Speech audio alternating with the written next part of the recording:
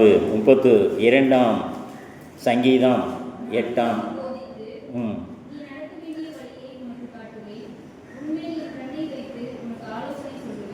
உன்மேல் என் கண்ணை வைத்து உனக்கு ஆலோசனை சொல்லுவேன். தலை தாழ்த்தி ஜெபிப்போம். நல்ல ஆண்டவரே, இந்த அருமையான ஆராதனை வேலைக்காக நன்றியோடு உம்மை துதிக்கிறோம், சோஸ்தரிக்கிறோம். ஆண்டவரே, இது ஒரு மனமகிழ்ச்சி நாள், இது கர்த்தர் உண்டு பண்ணின நாள். அதற்காக நன்றி செலுத்துகிறோம்.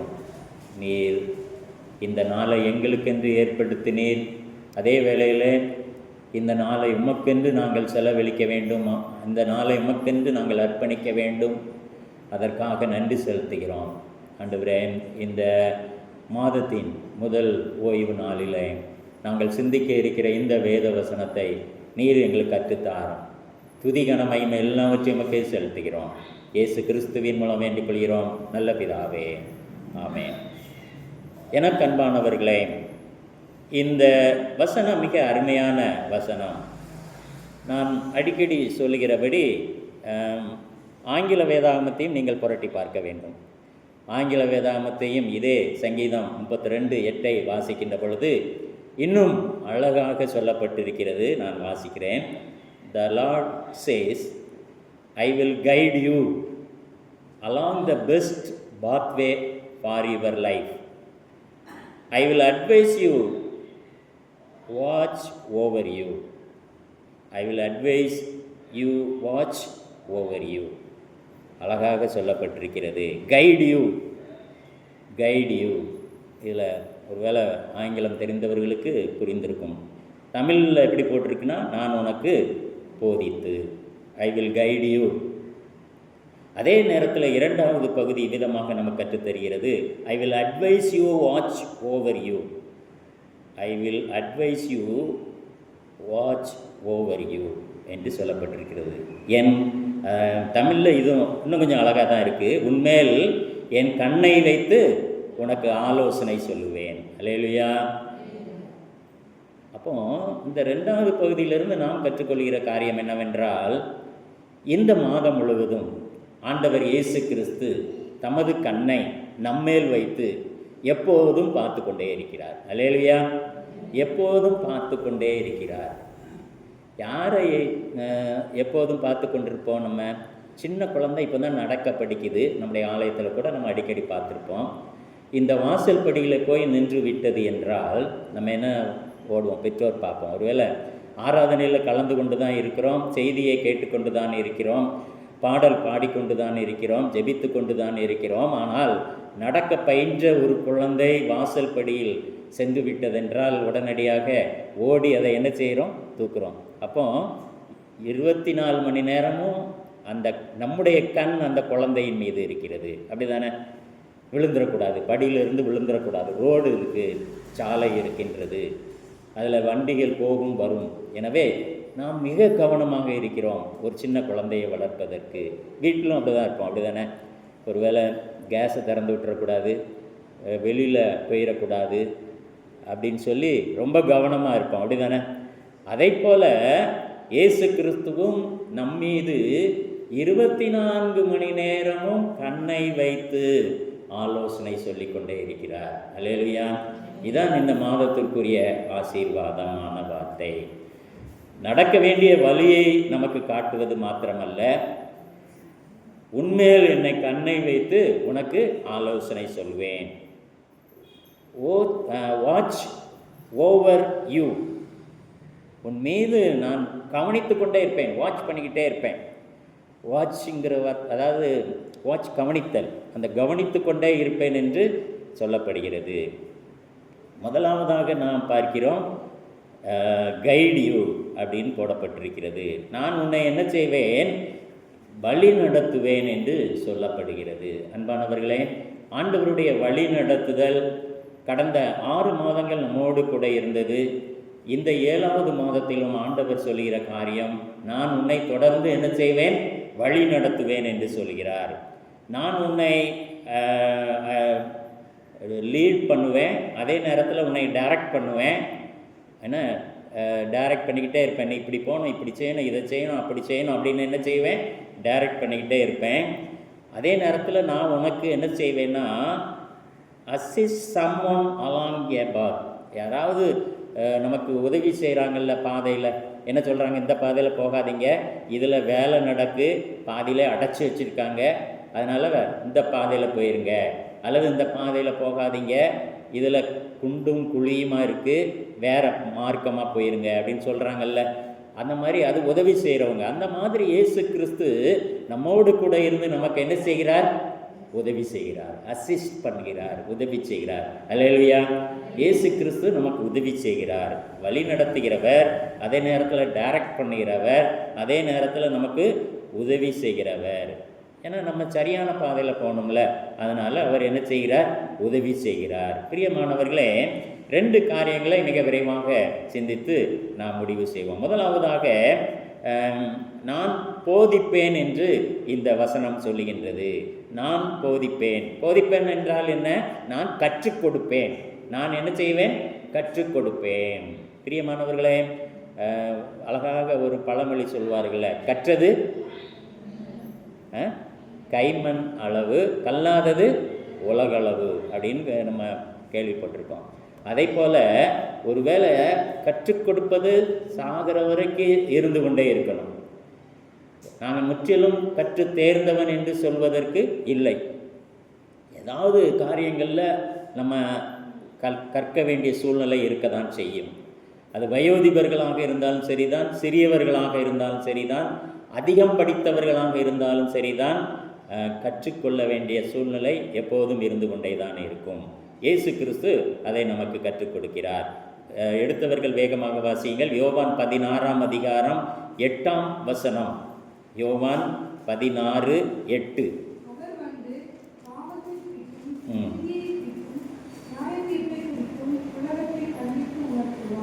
கண்டித்து உணர்த்துவார். 11ஆம் வசனம்.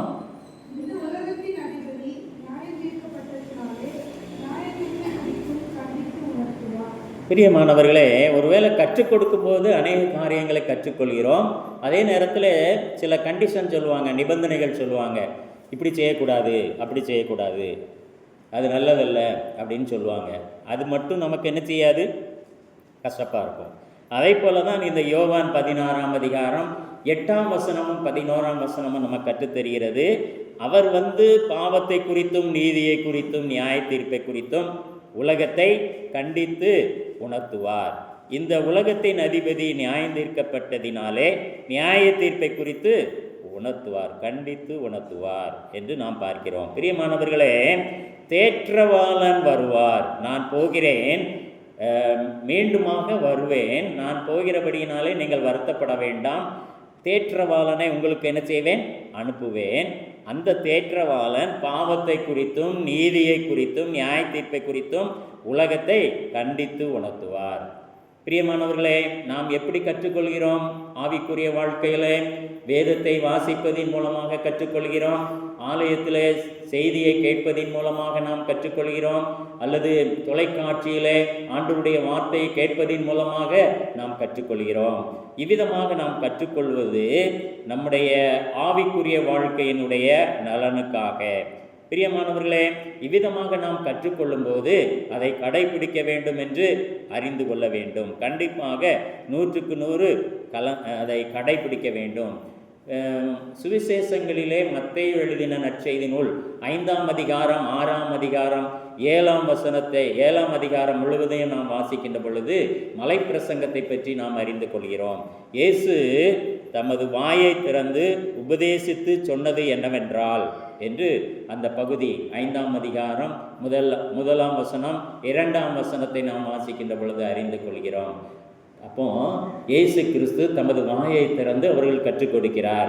5ஆம் அதிகாரம் 6ஆம் அதிகாரம் 7ஆம் அதிகாரத்தை நாம் வாசிக்கின்ற பொழுது ஆண்டவர் கற்றுக் கொடுத்ததை மலை பிரசங்க பகுதியாக நம்முடைய வேதாகமத்திலே அறிந்து கொள்கிறோம். இவ்விதமாக ஆண்டவர் நமக்கு போதனைகளை கொடுக்கிறார். வேதத்தின் மூலமாக, தொலைக்காட்சியின் மூலமாக ஆண்டவர் நமக்கு கற்றுக் கொடுக்கிறார். ஆலயத்திலே செய்தியின் மூலமாக ஆண்டவர் நமக்கு கற்றுக் கொடுக்கிறார். அந்த கற்றுக் கொடுக்கிறதை நாம் பின்பற்றுகிறவர்களாக காணப்பட வேண்டும். ஏன் கற்றுக்கொள்ள வேண்டும்? போதனை பெற நாம் என்ன செய்ய வேண்டும்? ஏன் கற்றுக்கொள்ள வேண்டும் என்ற கேள்விக்கு பதில் நாம் ஆவிக்குரிய வாழ்க்கையில் முன்னேறுவதற்காக. படிக்கிற பிள்ளைகிட்ட கேட்டோன்னா ஏன் கற்றுக்கொள்ள வேண்டும் என்று கேட்டால் சொல்லுவார்கள், நாங்கள் அறிவிலே தேர்ச்சி பெற வேண்டும், அறிவிலே வளர வேண்டும் என்பதற்காக நாங்கள் கற்றுக்கொள்கிறோம் என்று சொல்வார்கள். அதே போல நாம் வேதாகமத்தையும் ஆவிக்குரிய காரியங்களையும் கற்றுக்கொள்ளும் போது நாம் பரலோகத்துக்கு சுதந்திரவாளியாக மாறிவிடுகிறோம்.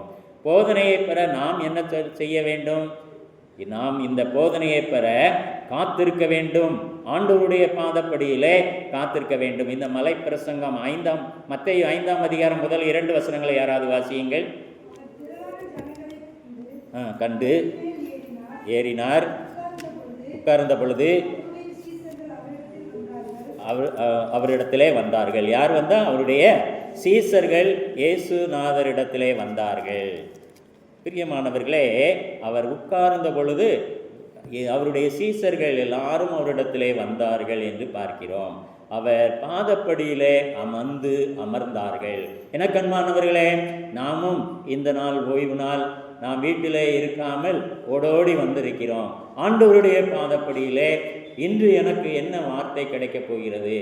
ஆண்டவருடைய பாதப்படியிலே நான் இதற்காக ஜெபிக்கப் போகிறேன், இந்த ஆராதனை வேளையிலே நான் இதற்காக மன்றாடப் போகிறேன், இந்த குறிப்பு, இந்த விண்ணப்பம் என்னிடத்தில் இருக்கின்றது, நான் எதிர்நோக்கி இருக்கிற ஆராதனை வேளை வந்துவிட்டது, நான் இதற்காக ஜெபித்து காத்திருப்பேன், ஆண்டவருடைய பாதப்படியிலே காத்திருப்பேன் என்று இருக்க வேண்டும் என்பதை அறிந்து கொள்கிறோம். போதனையை பெற நாம் பாதப்படியிலே, இயேசு கிறிஸ்துவனுடைய பாதப்படியிலே காத்திருக்கிறவர்களாக காணப்பட வேண்டும்.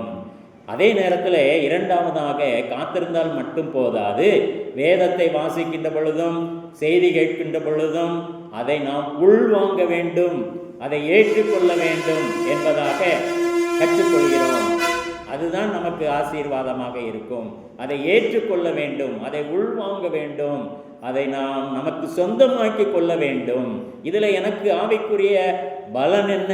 இது ஆவிக்குரிய வாழ்க்கையில் இன்றைய செய்தி எனக்கு என்ன காரியத்தை கற்றுக் கொடுத்திருக்கிறது புதிதாக என்று நாம் பாதப்படியிலே காத்திருக்க வேண்டும், உன்னிப்பாக நாம் கவனிக்க வேண்டும். பிரியமானவர்களே, ஆண்டவருடைய பாதப்படியிலே காத்திருத்தல். இரண்டாவதாக உள்வாங்க வேண்டும். மூன்றாவதாக அதன்படி என்ன செய்யணும்? நடக்க வேண்டும். வேதத்தின் அடிப்படையில் நாம் நடக்க வேண்டும். அதைத்தான் சங்கீதக்காரன் 1ஆம் சங்கீதத்திலே அழகாக சொல்லி இருக்கிறார். எல்லாருக்கும் மனப்பாடமாக தெரியும். 1ஆம் சங்கீதம், துன்மார்க்கருடைய ஆலோசனையில் நடவாமல். போதனையை பார்த்தீங்களா? இது நமக்கு வேதாகமம் சொல்கிற போதனை அப்படி தானே? துன்மார்க்கருடைய ஆலோசனையில் நடவாமல், பாவிகளுடைய வழியில் நில்லாமல், பரியாசக்காரர் உட்காரும் இடத்தில் உட்காராமல், கர்த்தருடைய வேதத்தை. அப்போ எப்படி இருக்கணும்? இதெல்லாம் செய்யாதன்னு சொல்லிட்டு 2ஆம் வசனத்தில் சொல்லப்பட்டிருக்கிறது, கர்த்தருடைய வேதத்தில் பிரியமாயிருந்து. யாரெல்லாம் இன்னைக்கு வேதம் வாசித்தோம்? நேற்று யாரெல்லாம் வேதம் வாசித்தோம்? கர்த்தருடைய வேதத்தில் பிரியமாயிருந்து இரவும் பகலும், காலையில் மட்டுமா? இரவும் பகலும் அவருடைய வேதத்தில் தியானமாயிருக்கிற மனுஷன் பாக்கியவான். அவன் ஆசீர்வாதம் என்ன? அவன் நீர்க்கால்களின் ஓரமாய் நடப்பட்டு தன் காலத்தில் தன்கனியை தந்து இலையுதிராதிருக்கிற மரத்தை போல் இருப்பான். அவன் செய்வதெல்லாம் வாய்க்கும். எவ்வளோ ஆசீர்வாதமான வார்த்தை பார்த்தீங்களா? அவன் செய்வதெல்லாம் வாய்க்கும், கைவிடும்.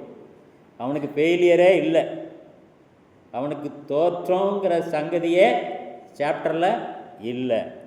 ஆனால் அதுக்கப்புறம் ஆண்டவருடைய ஆலோசனையை கேட்காதவர்கள் துன்மார்க்கரோ அப்படி இராமல் காற்று பறக்கடிக்கும் பதரை போல் இருப்பார்கள். ஆகையால் துன்மார்க்க நியாய தீர்ப்பிலும் பாவிகள் நீதிமான்களின் சபையிலும் நிலை நிற்பதில்லை. கர்த்தர் நீதிமான்களின் வழியை அறிந்திருக்கிறார், துன்மார்க்கரின் வழியோ அழியும். எத்தனை பேர் மனப்பாடம் பண்ணியிருக்கீங்களோ தெரியாது. ஆனால் மனப்பாடம் என்ன செஞ்சிடணும்? மனப்பாடமாக 1ஆம் சங்கீதத்தை பண்ணிவிட வேண்டும். இது ஆண்டவருடைய போதனையை நாம் பெற்றுக்கொள்வதனால் பெற்றுக்கொள்கிற ஆசீர்வாதம். ஒரு குறிப்பு நாம் சிந்தித்து விட்டோம். போதிப்பேன், கற்றுக் கொடுப்பேன், வழிகாட்டுவேன். இந்த மாதத்தில் நம்மோடு கூட இருந்து ஆண்டவர் போதிப்பதாக கற்றுக் கொடுக்கிறார். போதிப்பதாக சொல்லுகிறார். அதே நேரத்தில் கற்றுக் கொடுப்பதாக இயேசு கிறிஸ்து சொல்லுகிறார். அதே நேரத்தில் வழிகாட்டுவதாக இயேசு கிறிஸ்து நமக்கு கற்றுக் கொடுக்கிறார். அநேக நேரங்களிலே நம்ம திகைக்கிறோம், அப்படிதானே? வழி எங்கே எப்படி போகணும்னு தெரியாது. என்ன செய்யலாம்? கடன் வாங்கிடலாமா? அந்த பேங்கில் கடன் கொடுப்பாங்களா? வட்டி எவ்வளவு? இவங்ககிட்ட போனால் வட்டி எவ்வளவு அப்படின்னு சொல்லி யோசிக்கிறோம். அல்லது அந்த பெரியவங்கிட்ட தலைவர்கிட்ட போனால் இதை நம்ம காப்பாற்றி விடுவாரா அப்படின்னு சொல்லி யோசித்து கொண்டு இருப்போம். வழி தெரியாமல் திகைத்து கொண்டு இருப்போம். பிரியமானவர்களே, இந்த ஆலோசனையை தேவனிடத்திலே நாம் கேட்க வேண்டும். நான் அடிக்கடி சொல்கிற காரியம் அதுதான். சின்ன ஒரு ஸ்டெப் வீட்டில் எடுத்து வச்சாலும் சரிதான், ஜெபம் பண்ணணும். ஜெபம் பண்ணி தான் ஆண்டவருடைய பாதப்படியில் காத்திருந்து தான் அதை என்ன செய்யணும். ஒரு பெரிய காரியமாக இருந்தாலும் சரிதான், சின்ன காரியமாக இருந்தாலும் சரிதான், ஜெபம் பண்ணாமல் நம்ம எந்த ஒரு காரியத்தையும் செய்யக்கூடாது. சபையில் ஒரு சிலர் நீங்கள் அதை செய்கிறீங்க, சின்ன காரியம் இருந்தாலும் நீங்கள் அழைத்து ஜெபம் பண்ண சொல்கிறீங்க. ஆனால் நிறைய பேர், அதிகமான பேர் இன்னும் அந்த பழக்கத்துக்கு என்ன செய்யலை, வரலை. நிறைய எங்கெல்லாமோ ஆலோசனை கேட்குறோம். ஏன்னா வாசல் எங்கே விடணும் அப்படின்லாம் கேட்குறோம். ஏன்னா என்னது வாஸ்துப்படி என்ன செய்யணும் அப்படிலாம் கேட்குறோம்.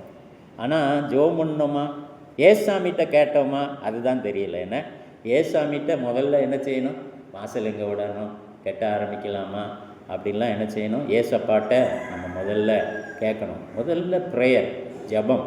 பிரியமானவர்களே, முதலாவதாக ஆண்டவர் இந்த மாதம் முழுசும் நம்ம கூட இருந்து போதிப்பதாக வாக்கு கொடுக்கிறார். ரெண்டாவதாக, என் கண்ணை உன்மேல் வைத்து உனக்கு ஆலோசனை சொல்வேன். அல்லேலூயா. Watch over you. உன்னை கவனித்துக்கிட்டே இருப்பேன். அதான் முதல்ல உதாரணம் சொன்னேன்ல, ஒரு சின்ன குழந்தை படியில் கீழே விழுந்துடக்கூடாதுன்னு எவ்வளவு கவனமாக இருக்கும். நமக்கு கண்ணு பின்னால் இருக்கா? இல்லையே. ஆனால் பின்னால் பார்த்து குழந்தை போயிடுச்சின்னு ஓடுறோமே, எப்படி ஓடுறோம்? கவனித்துக்கிட்டே இருக்கும், ரொம்ப கவனிக்கிறோம். நம்ம கவனம் எங்கெல்லாம் இருக்குது? பிரசங்கத்தை கேட்குறதுலையும் இருக்குது, ஜெபத்தில் கலந்து கொள்றதுலையும் இருக்குது, பாட்டு பாடுறதுலையும் இருக்குது. அதே நேரத்தில் குழந்தை பின்னால் படியில் போகிறதையும் பார்க்குறோம். கண்டிப்பாக செய்யணும், 100க்கு 100 அதை கவனிக்கணும். ஏன்னா அது அறியாத குழந்தை, கண்டிப்பாக வாட்ச் பண்ணணும். இதை மாதிரி தான் நம்ம செய்கிற சாதாரண உலக பிரகாரமான அப்பா தாத்தா பாட்டி செய்கிற மாதிரி தான் ஏசப்பா மேலே இருந்து இந்த மாதத்தில் சொல்லுகிற காரியம் என்னென்னா, நான் உனக்கு என் கண்ணை வைத்து, உன்மேல் என் கண்ணை வைத்து உனக்கு ஆலோசனை சொல்லுவேன்னு சொல்கிறாரு. கவனித்துக்கிட்டே இருப்பார். யாரும் கவனிக்கலைன்னு நினச்சிக்கிட்டு இருக்கோம். நான் ஏழை, நான் ரொம்ப ஒன்றும் இல்லாதவன், அதனால் யாருமே என்ன செய்ய மாட்டேங்காங்க, கவனிக்க மாட்டேங்காங்க. இல்லவே இல்லை. ஏசப்பா மேலே இருந்து கவனித்து கொண்டே இருக்கிறார். இந்த வசனம் அழகாக சொல்லுதில்ல, என் கண்ணை உன்மேல் வைத்து உனக்கு ஆலோசனை சொல்லுவேன். இது போதும் இல்லை. மனுஷங்க கவனிக்கலான்னா என்ன, அதிகாரிகள் கவனிக்கலான்னா என்ன, பக்கத்து வீட்டுக்காரங்க கவனிக்கலைன்னா என்ன, யாரோ கவனிப்பாங்க, நம்மளை கவனிச்சுக்கிடுவாங்கன்னு நினச்சா அவங்கெல்லாம் கவனிக்கலைன்னா என்ன, மேலேருந்து ஏசப்பா கவனித்து கொண்டே இருக்கிறார். அல்லேலூயா. ஆலோசனை சொல்லுவேன். கவனிப்பவர் நமக்கு என்ன செய்கிறார்? ஆலோசனை சொல்கிறார். என் கண் எப்போதும் முன்னையே நோக்கி கொண்டிருக்கும். அப்போ நம்ம பாவம் செய்தாலும் நோக்கி கொண்டிருக்கோம், அப்போ கண்டிக்கும், செய்யாத அப்படின்னு சொல்லி. நம்ம நல்லது செய்தாலும் பாராட்டும். நம்ம நடந்து போகிற பாதையில் ஏதோ ஒரு ஆபத்து இருக்குன்னா கண்டிப்பாக என்ன செய்யும்? உணர்த்தும். பரிசுத்த ஆவியானவர் நமக்குள்ளே இருந்து நடக்க வேண்டிய வழி இதுவே என்று சொல்லி நம்மை வழி நடத்தி கொண்டே இருப்பார். 1 பேதுரு 5ஆம் அதிகாரம் 8ஆம் வசனத்தை யாராவது வாசியுங்கள். 1 பேதுரு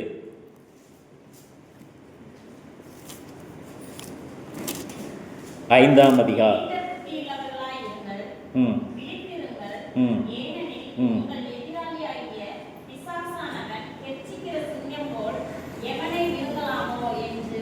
வகை தேடி சுற்றித்திரிகிறான். சாத்தான் எவ்வளவு பிஸியாக இருக்கான் பார்த்தீங்களா? சாத்தான் எவ்வளவு ரொம்ப தந்திரமாக இருப்பான் பார்த்துக்கோங்க. நிறைய நேரம் நான்லாம் யோசித்து பார்ப்பேன், எப்படிலாம் மூளை இருக்குது யோசிக்கிறாங்க அப்படின்னு யோசித்து பார்ப்பேன். சாத்தானுக்கு அவ்வளோ பயங்கரமான மூளை இருக்குது பார்த்துக்கோங்க. அந்த மூளையை பயன்படுத்தி நம்மளை விழத்தள்ளுறதுக்கு ரொம்ப அழகாக யோசித்து கொண்டே இருப்பான். நம்ம தான் என்ன செய்யணும்? ஜாக்கிரதையாக உள்ளவா இருக்கும். ஏன் இந்த வசனத்தை உங்கள்கிட்ட சொன்னேன்னா, இயேசு கிறிஸ்து 24 hours நம்மேல் தமது கண்ணை வைத்து பார்த்து கொண்டிருக்கிறார், வாட்ச் பண்ணிக்கிட்டு இருக்கார், கவனித்து கொண்டிருக்கிறார்ல. அதுக்கு காரணம் இதுதான். பிசாசை பார்க்குறாரு, அவன் கெர்ச்சிக்கிற சிங்கம் போல எவனை விழுங்கலாமோ என்று சுற்றி கொண்டு இருக்கிறான், வகை தேடி சுற்றி கொண்டு இருக்கிறான். அதனால தான் நம்ம மேலே வாட்ச் பண்ணிக்கிட்டே இருக்கார் ஏசப்பா. நம்ம சிங்கத்தை பார்க்கல, பிசாசை பார்க்கல. ஆனால் ஏசப்பா கண்ணுக்கு தெரியுது, நமக்கு சுற்றி இவ்வளவு பிசாசுகள் இருக்குது, நம்மை சுற்றி இவ்வளவு சூழ்ச்சிகள் இருக்குது, நம்மை சுற்றி இவ்வளவு தந்திரங்கள் வேலை செய்து கொண்டிருக்கின்றது. பொறாமையின் கண்கள், வன்கண்கள், ஏதாவது நல்லது நடந்துச்சுன்னா ஒரே பொறாமை, எரிச்சலின் கண், வன்கண், கண் பற்றக்கூடாதுன்னு எத்தனை பெரியவங்க சொல்கிறாங்க பார்த்தீங்களா. இதெல்லாம் ஏசப்பாவுக்கு நல்லா தெரியும். அதனால தான் நம்மளை 24 மணி நேரமும் கவனித்து கொண்டே இருக்கிறார். அல்லேலூயா. நம்மெல்லாம் பேர் பெற்றவர்கள் தானே, நம்மெல்லாம் பாக்கியசாலிகள் தானே. அல்லேலூயா. வேறு யாருக்கும் கிடையாது. அதனால தான் ஓடோடி வந்திருக்கோம் ஆராதிக்க. அல்லேலூயா. அதனால தான் வேகமாக வந்திருக்கோம் ஆராதனைக்கு. ஓடி வந்துடணும், ஆராதிக்கணும் அப்படின்னு சொல்லி நம்ம என்ன செஞ்சுருக்கோம், ஓடி வந்திருக்கோம். ஆண்டவர் நம்ம பார்த்துக்கிட்டே இருக்கார், எங்கே போகிறான், அதில் எதுவும் ஆபத்து வந்துடக்கூடாது. நம்ம கவனிக்க முடியல பேர பிள்ளைகளை, நம்ம கவனிக்க முடியல சின்ன பிள்ளைகளை, நடக்க பயின்ற 1 வயசு முடிந்த 1.5 வயசு முடிந்த பிள்ளைகளை நம்ம கவனித்து கொண்டு இருக்கிறோம்ல. அதை போல் ஏசாமி நம்மளை கவனித்துக்கிட்டு இருக்கார். நம்ம போக்கையும் வரத்தையும் பார்த்து கொண்டே இருக்கிறார். அவர் கண் எப்போதும் நம்ம மேலே பட்டுக்கிட்டே இருக்குது. நமக்கு தெரிவதற்கு முன்னாகவே அவருக்கு தெரிஞ்சிடும் நமக்கு வரப்போகிற ஆபத்து. நமக்கு வர்றதுக்கு முன்னாலே தெரிஞ்சிடும். நம்ம அதுக்கப்புறம் தான் இந்த ஆபத்து வந்துருச்சே அப்படின்னு நினைப்போம். ஏசப்பா அதுக்கு முன்னால் பார்த்துக்கிட்டே இருக்க. அவருடைய பிள்ளைகளாக இருந்தோம்னா நிச்சயமாக எதுவும் நம்மளை மேற்கொள்ளாது. அல்லேலூயா. ஏசாமியினுடைய பிள்ளைகளாக இருக்கும் பட்சத்தில் எதுவுமே நம்மளை என்ன செய்யாது, சேதப்படுத்தாது. அப்போ ஏசாமி கண்ணை வைத்து ஆலோசனை சொல்லிக்கிட்டே இருக்காரு. அப்போ அந்த ஆலோசனையை பெற நாம் என்ன செய்யணும், அந்த ஏசாமியினுடைய ஆலோசனையை பெற நாம் என்ன செய்யணும்? அப்போ டைம் கொடுக்கணும், அவருக்கு நேரம் கொடுக்கணும். அவருக்கு நேரம் என்ன செய்யணும், கொடுக்கணும். போன வாரம் நான் ஆலயத்துக்கு கண்டிப்பாக வரணும், ஞாயிற்றுக்கிழமை 1.5 மணி நேரம் ஆராதனை. அந்த ஆராதனை கூட வாரத்தில் 24 மணி நேரம் அதை சிந்திச்சுக்கிட்டே இருந்தேன் பார்த்துக்கோங்க. ஒரு நாளைக்கு 24 மணி நேரம். அப்போ 7 நாளைக்கு எத்தனை மணி நேரம்? 7 நாளைக்கு அதை பெருக்கி என்னது மொபைல் இருந்தால் பெருக்கி பார்த்துருவீங்க, என்ன பேனாக இருந்தால் பெருக்கி சொல்லுங்கள். டைம் கொடுக்கணும், டைம் கொடுக்கணும், நேரம் என்ன செய்யணும், கொடுக்கணும். ஒரு நாளைக்கு 24 மணி நேரம் 10ல் 1 ஆண்டவருக்கு கொடுக்கணும். அந்த 10ல் 1 என்ன செய்யணும், ஏசப்பாவுக்கு கொடுக்கணும். ஏன்னா ஒரு வேளை ஃபுல் டைம் 8 மணிக்கே வேலைக்கு போகணும், 9 மணி வரைக்கும் இருக்கணும் அப்படின்னா அப்போ காலையில் 4 மணிக்கே எந்திரிச்சுன்னா ஆகணும், தியாகம் பண்ணணும், எதையாவது தியாகம் பண்ணணும். அதனால் காலையில் 4 மணிக்கு எந்திரிச்சதுனால நம்ம 1/2 கிலோ குறைஞ்சிட மாட்டோம். அல்லேலூயா. ஏன்? ஏசப்பாவுக்குள்ள அந்த நேரத்தை கொடுக்குறோம். அப்புறம் எப்படி நம்ம எடை குறைவோம், நம்ம பலவீனமே ஆக மாட்டோம். ஏசப்பாவுக்கு டைம் கொடுத்தா எனர்ஜி தான், பூஸ்ட்டு சாப்பிட்ட மாதிரி தான் இருக்கும். பூஸ்ட்டு சாப்பிட்ட மாதிரி எனர்ஜியாக என்ன செய்வோம், இருப்போம். எவ்வளோ மணி நேரமா? 168 மணி நேரம். அதில் 10ல் 1 பார்த்தோம்னா எவ்வளோ நேரம் கொடுக்கணும், அதையும் பாருங்கள். என்ன அப்போ டைம் கொடுக்கணும். 10ல் இது பண்ணி பாருங்கள், டிவைட் பண்ணி பாருங்கள். ஏன்னா டைம் கொடுக்கணும். 2வது தகுதி உள்ளவர்களாக இருக்க வேண்டும். ஆலோசனை பெறுவதற்கு 24 மணி நேரமும் ஆண்டவருடைய கைடன்ஸ், 24 மணி நேரமும் ஆண்டவர் வாட்ச் பண்ணிக்கிட்டே இருக்கணும்னா நம்ம என்ன செய்யணும்னா தகுதி உள்ளவர்களாக இருக்கணும். அதுக்கு தகுதி உள்ளவர்களாக என்ன செய்யணும், இருக்கணும். நான் உன் பேச்சை கேட்க மாட்டேன் அப்படின்னு நம்ம இருக்கக்கூடாது. நான் பைபிள் வாசிக்க மாட்டேன், எனக்கு நேரம் இல்லை அப்படின்னு சொல்லக்கூடாது. அவர் அண்டை வர வேண்டும். ஆலோசனையை பெறணும்னா இயேசு சுவாமி இடத்துல என்ன செய்யணும், வரணும். வந்தோம்னா அந்த ஆலோசனை நமக்கு நிறைவாக கிடைக்கும். 2 காரியங்களை தான் சிந்தித்தோம். முதலாவதாக, நான் இந்த மாதம் முழுவதும் உங்களுக்கு போதிப்பேன், கற்றுக் கொடுப்பேன், வழிகாட்டுவேன். 2வதாக, இந்த மாதம் முழுவதும் என் கண்ணை, அந்நிய கண்ணை அல்ல, ஏசாமி சொல்கிறாரு என் கண்ணை, வேற யார் மேலே இல்லை, உன்மேல் வைத்து உனக்கு ஆலோசனை சொல்லுவேன். அல்லேலூயா. இந்த மாதம் முழுவதும் ஆண்டவர் நம்மோடு கூட இருந்து தமது கண்ணை நம்மேல் வைத்து ஆலோசனை தருவாராக. அப்படிப்பட்ட ஆசீர்வாதத்தை ஆண்டவர் நிறைவாய் நமக்கு தந்து வழி நடத்தும்.